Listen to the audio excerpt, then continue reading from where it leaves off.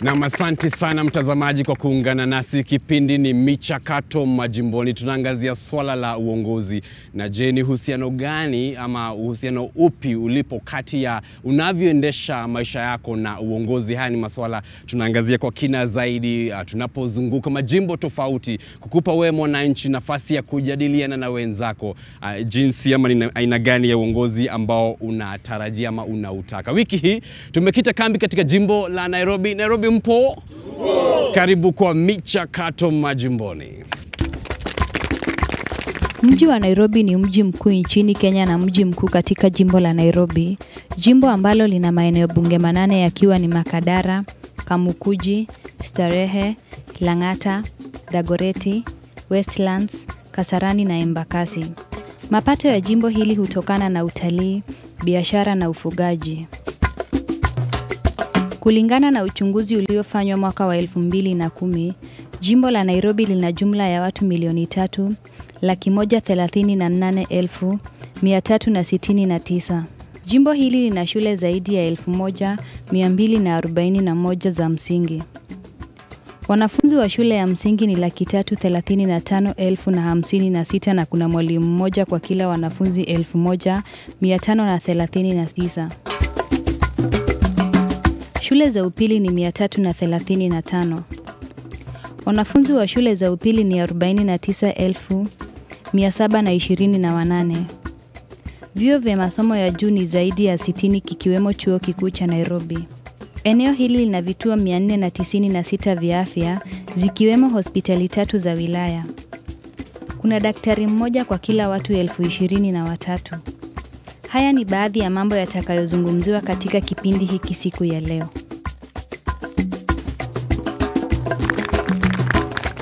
Na karibu tena kwa Michakato Majimboni. Wiki hii tuko katika jimbo la Nairobi.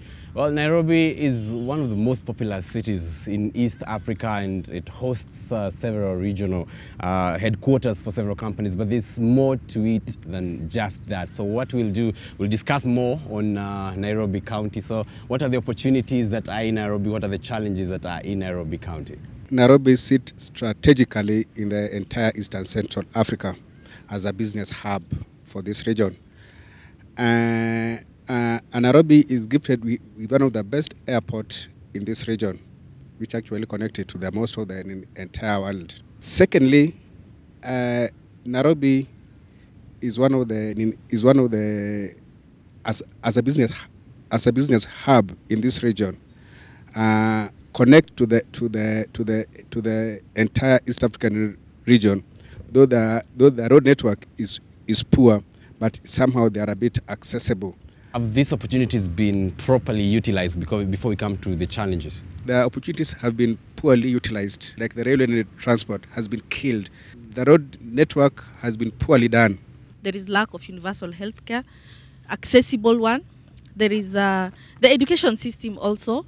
There is a lot of informal schools due to the informal settlements that we have around. But in terms of opportunities, we have diversification of communities. It is a metropolitan, we can call it a cosmopolitan area. But due to population, there is quite challenges. Let's talk about the informal settlements then. What about them? Where did they spring from?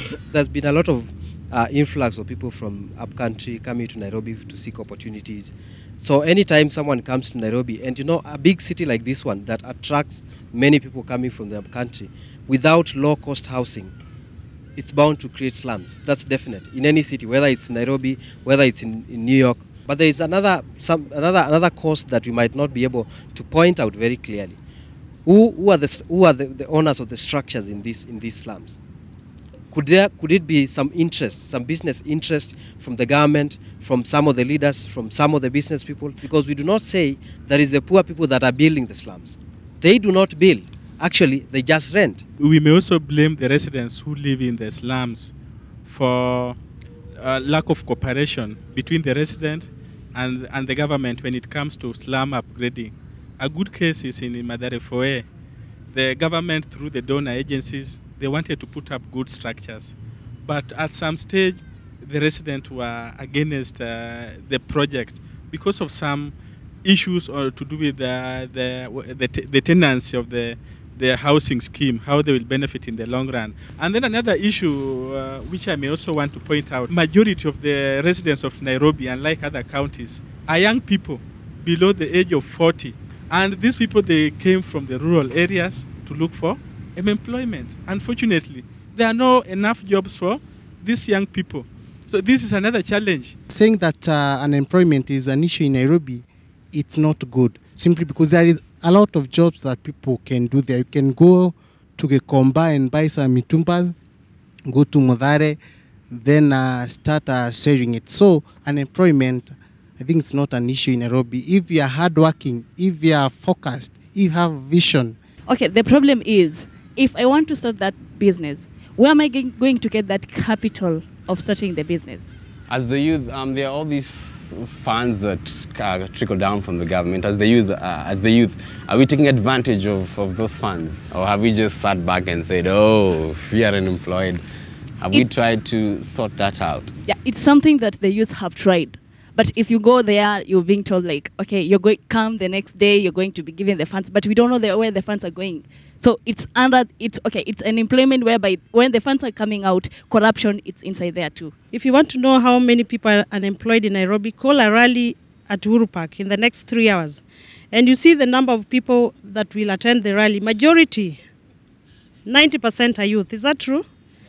If you visit every constituency right now, you will find a lot of people idling around. There are no jobs around. When you say there is that youth fund, how many youths have had access to the funds? We have seen companies currently, if there is a vacancy, the advertisement is done internally. So this information doesn't reach the larger public. So we will still have people out here without jobs because we don't get information. The information we get is wrong. And at the same time, we are creating more graduates than the jobs available in the market. What are the other issues or the other challenges that you're grappling with in Nairobi County? One thing that is now coming out clear is insecurity within Nairobi.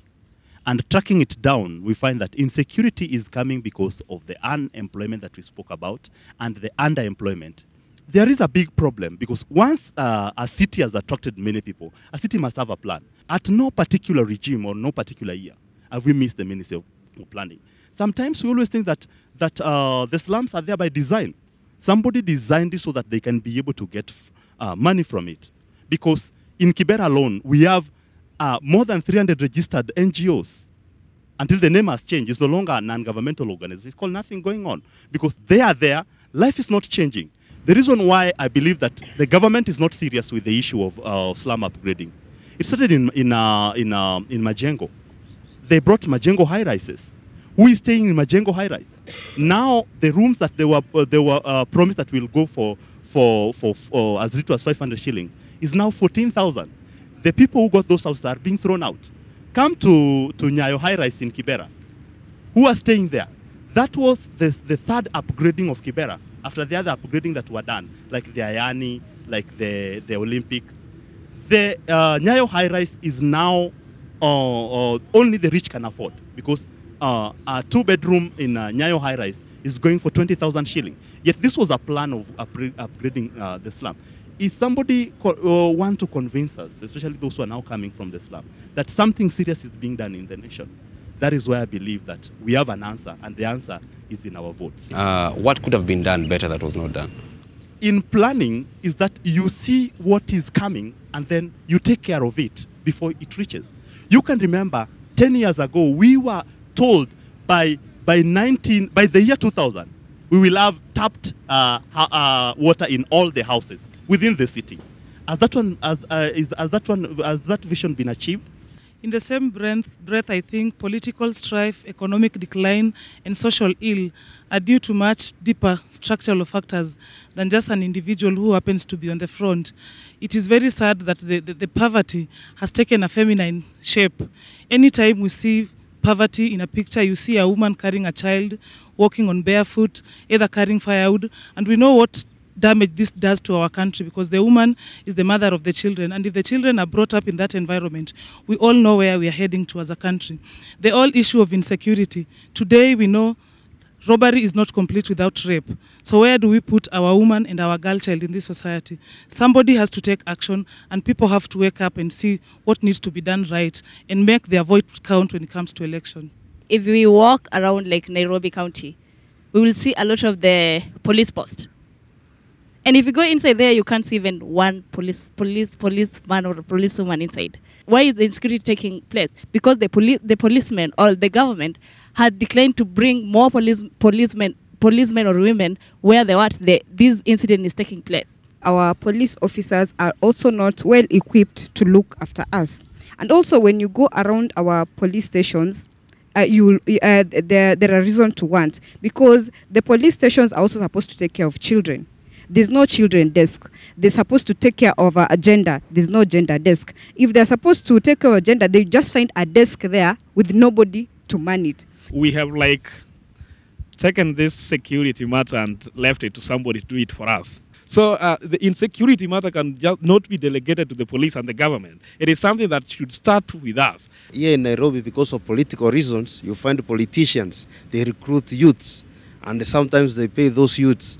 And if it reaches a point whereby they don't pay them, then the youths end up going to the community, and you find that there is insecurity in that community. Okay, we look at what needs to be done on the issue of insecurity, and instead of dwelling so much on insecurity, I believe there are other challenges that Nairobi County is grappling with, so perhaps we could look at that. Nairobi pia tuko na uhaba wa maji. Niulize, ni maji haijafikia watu katika makazi yao ama maji imefikia watu kwa makazi, lakini shida ni moja kuwa maji haya ilikuja tena ikawa ni kama haipo. Sasa inakuja kwa ule muda ambao ni mfupi, sio ule muda ambao ni wa kawaida.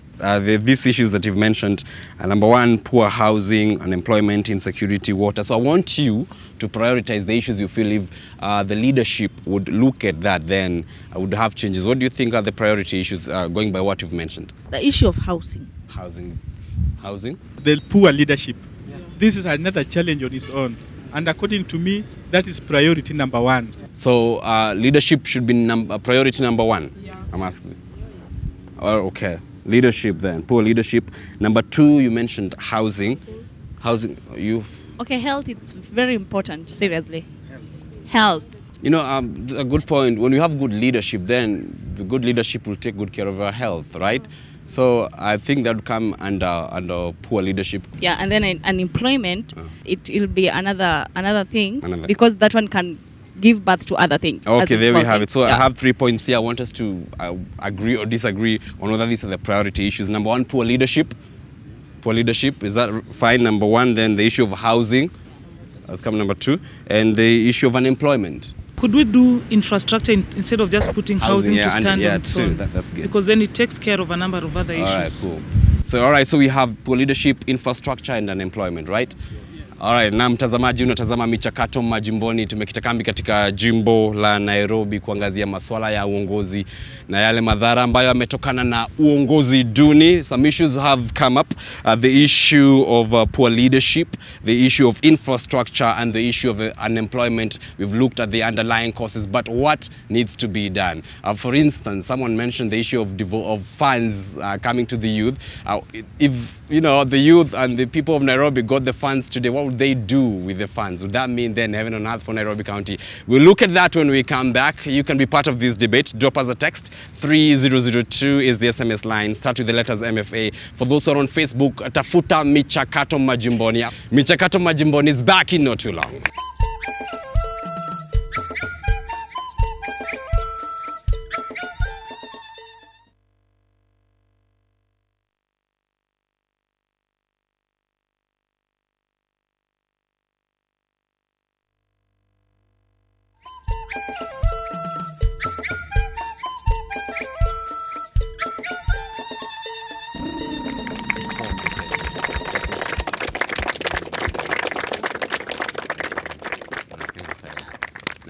Unatazama Michakato Majimboni, tuko katika jimbo la Nairobi kuangazia masuala ya uongozi, ni madhara yapi ambayo yametokana na uongozi. And several issues came up during our discussion here. The issue of insecurity, the issue of housing, infrastructure, what needs to be done. And so what I want us to do is just look at how has leadership addressed these issues, what should be done to solve these issues. Perhaps we could start with the issue of infrastructure. The governor, for example, as we are in Nairobi County, should bring up that issue. Governor is not a politician, he's running management issues. He will solve the issues of JAM. So under his leadership and the executive council plus the county assemblies, they should work hand in hand. Kiongozi yule ambaye atakuwa kule kuangalia hali ya infrastructure, ningependelea kwanza kabisa afikirie kama mwanadamu. Manake binadamu kukiuka haki za binadamu sio sheria. Barabara hizo zinatumika na wanadamu. Nyumba hizo zinakaliwa na wanadamu. Hata kama ni vyoo vinatumika na wanadamu. So let me get this clear. So perhaps after thinking like a human being, what then should they do? What do you expect them to do? To follow the constitution. Consider the rights of a human being. Provide the basic necessities. For instance, bad roads. How should the leaders address that particular issue? The issue is to prioritize the road to be done. There's money given by the Kenya Roads Board for each and every committee within a constituency. Therefore, walking in a constituency and you find that barabara imekuwa shamba is a shame. It means there are people there who are not representing the issue in the committee within their constituency. Okay, then once we know that's not happening, Yes. what's your role then? As a people now, I'm glad that we have the new constitution for which we voted in the majority. And now we know our rights. And we know there are bodies existing for our rights. And that is why I believe in 2012 when I'm going to vote, I will ask several questions. Not somebody telling me what they will do for me, but I will want to know what, I will tell them what I want them to do for me. I'll tell them, there's Kura, there's Kera. These are all bodies mandated to build road within a constituency. The backbone of the county lies with the infrastructure development. That is what will create employment. That is what will create almost everything. And when it comes to the construction or the tendering process, they should be given to the right people who can actually deliver. If we want to talk about developing the city or a country, there are three things for development that are very important based on infrastructure. One of them is the outlook of the city center. That's very important. And again, the other thing would be the industrial area of that country. And the last one would be the airport or the seaport. Why should people get stuck when they're leaving the city going to the airport? Actually, we should have a train going around the city center as early as like 1990s. All right, let's look at the other issue of unemployment, which was quite a thorn in the flesh. How then should this be handled so that we will have unemployed or rather employed citizenry in Nairobi? Hii kazi kwa vijana. Wanalipwa 250 na una expect mtu alive na hiyo 250. Kama gava ingeongeza do ikuangalau hata sone juu yenyewe unge imepanda bei ni 150. Alafu about youth enterprise fund. Una apply kama 50,000. Kabla 50,000 ikuje imechukua karibu 4 months. Na mko watu kama 20 mnataka 50,000 wasaidie. Hakuna venye inaweza wasaidia. Lakini kama serikali ingechukulia hiyo hatua, iongeze pesa na hiyo pesa kuapply hiyo siku za kuapply pesa kwa hata kama ni mwezi mmoja. Ingekuwa vizuri sana. Alright, kazi kwa vijana, money should be topped up, ikuwe mingi. Pia kitu kingine serikali ingefanya, ingekuja mali kama huku kwa counties, kama Kibira. We have so many talents, tuko na talent mingi pale. Lakini unapata maboy wanacheza ball, mwisho wa kucheza ball wanaishia kwa uwizi. Juu unapata zile pesa zinatolewa mpaka kwa Ministry of Sports, ifiki wale vijana. Sasa unapata ule kijana amecheza mpira na nguvu yake yote, angetaka kuwe mahali but hiyo support inakosa, ule kijana anaishia kubeba bunduki. Okay, there's another issue that came up under unemployment. Someone blamed it on the mass exodus, people coming to the urban cities and hence population iko kwa town ama kwa county yenyewe. It's way too big. How should that then be addressed? Let's give the microphone to her. She has not spoken today. Ukosefu wa kazi ambao umekuja haswa katika Nairobi County ni watu kujaa. Ikiwa inawezekana serikali ama hao wakubwa ambao watakuwa katika sehemu hii, kila mtu awe kwa sehemu yake, atapata kazi kule, Nairobi pia itakuwa na nafasi. Tunafaa si pia tuepuke na ufisadi. Tunapata kuna nafasi kwa kampuni na hiyo nafasi inatangazwa kwa gazeti ama wanafanya internal announcement. But then ukienda hapo ku-apply for that nafasi, hautaipata. Unapata kama labda walishapatiana na ile tu yenye wanataka kuonyesha, wanafuatilia hizo tendering process. In terms of tackling the issue of unemployment, nafikiria first of all we'll start with the people themselves. What can they do? And if they get organized, what can they achieve? Because if we get ourselves liberated economically, issues zingine hazitatusumbua. Now, tukirudi kwa vijana, hata ukianza kuuliza vijana, what do you do? Mtu atakwambia, mimi natengenezanga tiles kwa mjengo, for example. Now, do you have a registered business? No. Do you have a registered company? No. Do you want tenders? Yes. How do you get those tenders without registered companies? Things like that, tuanze kuzi-evaluate. And then I'll make a proposition kulingana Vision 2030. If possible, Nairobi County or Nairobi City ikuwe made a metropolitan city where we can work 24 hours, lakini to divide hours into 8 hours each. Where in 24 hours we can have 3 people working the same job, lakini huyu anakuja na work 8 hours, anaachia mwenzake 8 hours, mwenzake 8 hours. So, inamaanisha the employment zile ziko sahi, if we put 8 hours each, tutakuwa tumezi-create 3 times. Then, the resources zile zitakuwa available hapa kwa Nairobi County, zikuwe open kwa wale ambao wako na good ideas, wale ambao wanaweza manage hizo biashara. Watu waanze kufikiria business wisely, wajifungue akili na wapate pesa. Women should not wallow in self-pity since poverty has no roots. We must get out as women of this country and see what we can do to add value to our families and our children. Again, as a country, we must embark on the economic stimulant packages to make sure that we have enough juakali shades for our brothers and our sisters who are talented in other fields. What then would be the role of the leadership with all these points that you have passed across? Readers ndio wanafaa wapatie wananchi mwelekeo. Ikiwa ni maneno ya kazi, ikiwa ni maneno ya health, ikiwa ni maneno ya housing, kila kitu. Tunataka ule leader sisi tampea mwelekeo, sio ule atakuja na mwelekeo yake. Juanzi tukisha kuchagua, sisi ndio tuna shida. Kwa hivyo sisi ndio tuna issue za kuambia zile tunataka utackle. Lakini sio wewe ukuje utuambie venye unataka kutufanyia.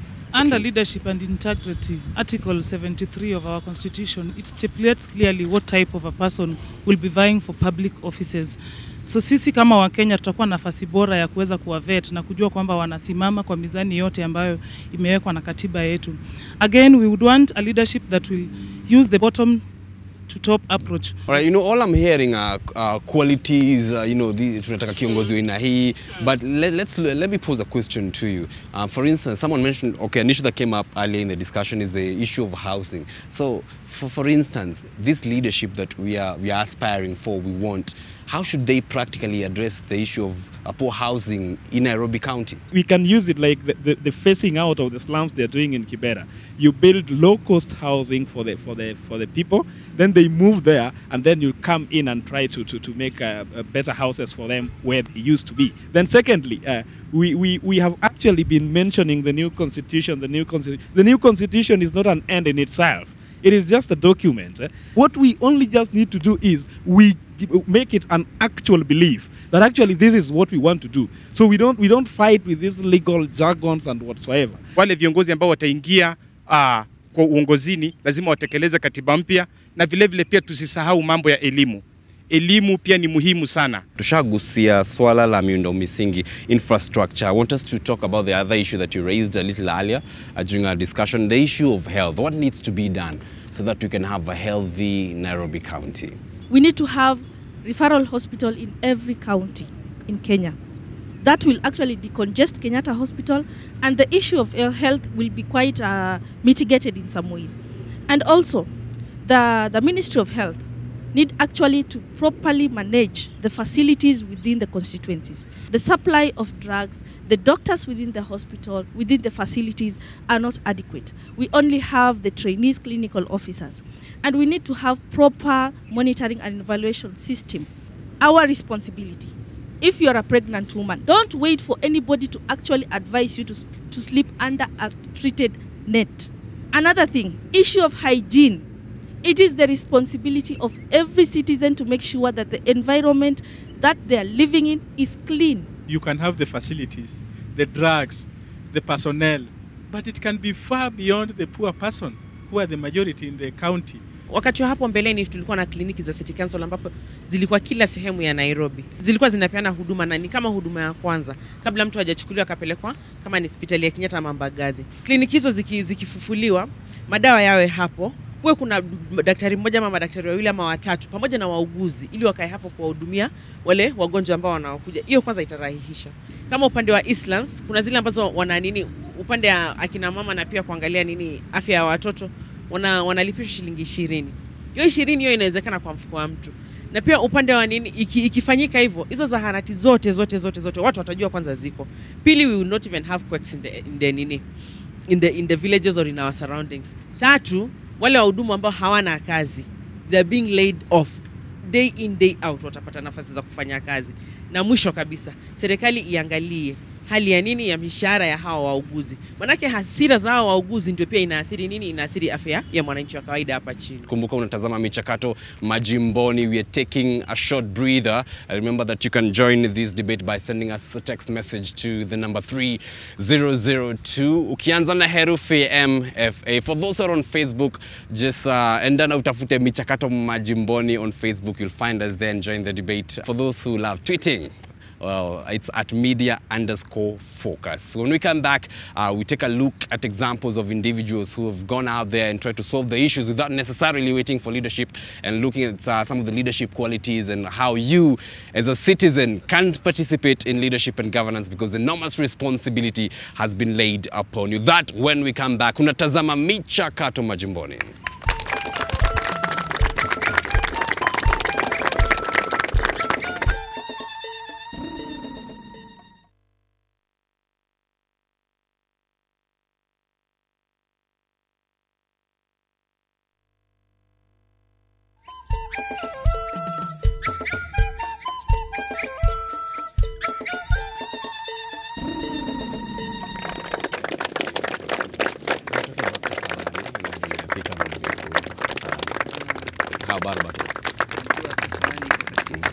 Naam, unatazama Michakato Majimboni, tukujia kutoka jimbo la Nairobi kuangazia masuala ambayo yanatokana na uongozi na uhusiano uliopo kati ya uongozi na masuala ambayo wakazi wa Nairobi wanakumbana nayo, and you've come up with solutions of what needs to be done by leadership in this particular county. And coming up next, we have an example of an individual who has looked at a situation specifically from Udhiru, the issue of idleness, which is brought about by unemployment by the youth.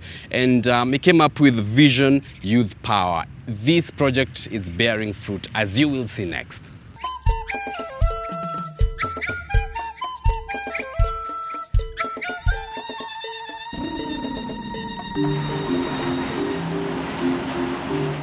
My name is Cosmos Mushiri. When I finished Form 4 in 2002, I had a problem, which historically it was affecting me even when I was in school, but I didn't know. I got sick and I was admitted in Kenyatta. The first thing they told me is that I have a chest problem. The second thing they told me I have a heart problem. In 2010 is when I went for the heart surgery, open heart surgery.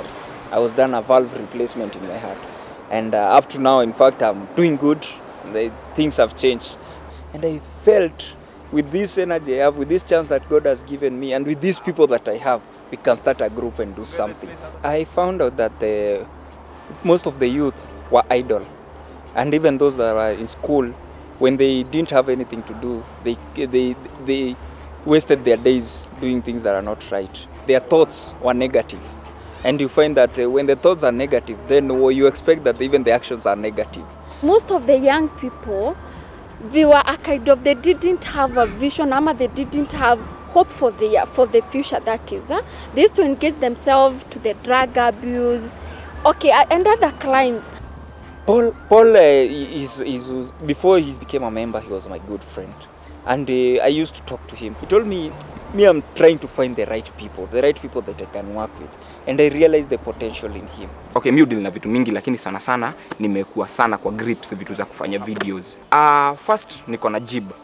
Hiyo jib ni ile ya kuinua kamera juu. Okay, hata vile niliunda jib, mimi sijaiona jib. Sijai kuwa na jib karibu. So nilifikiria tu vile itainua kamera juu, nikaiunda kivyangu. And sasa niko na 360. 360 tuseme huyu ni mtoto wangu for now. Ayuko anywhere. sijaipata, nimegoogle haiko. So 360 ni yangu. Kwa si juu like anakuanga tuseme side yake si ya grips. Akienda kupenya nje alienda na akaniletea poster. Akaniambia hapa hivi kuna story ya miaka fulani na wanadeal na talents. Unaona? Si uchukue kitu moja tu upeleke. Hapo nilienda huko, kitu ya kwanza mimi tu